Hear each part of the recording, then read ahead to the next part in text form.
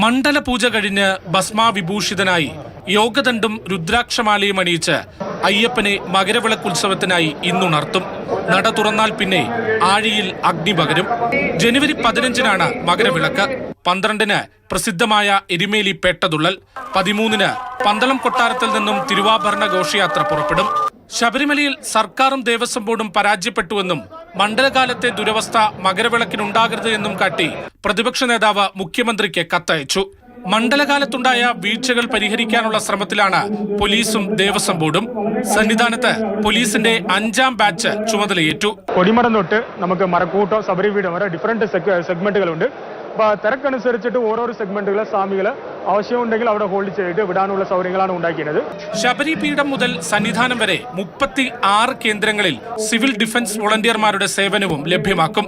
ഇവിടെ വിവിധ വകുപ്പുകളിലെ ഉദ്യോഗസ്ഥർ മേൽനോട്ടത്തിനുണ്ടാകും.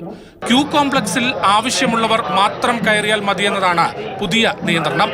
മണ്ഡലകാലത്തെ പ്രതിസന്ധികളിൽ നിന്നും പാഠം ഉൾക്കൊണ്ട് സന്നിധാനത്ത് മകരവിളക്കിനായി ഒരുക്കിയിരിക്കുന്നത് വിപുലമായ സജ്ജീകരണങ്ങൾ. ഇനി വരുന്ന 16 ദിനങ്ങൾ സന്നിധാനത്ത് മകരവിളക്കിനായുള്ള കാത്തിരിപ്പ്. ക്യാമറമാൻ ശ്യാം കുമാറിനൊപ്പം ശ്യാം സുന്ദർ, മാതൃഭൂമി ന്യൂസ്, സന്നിധാനം.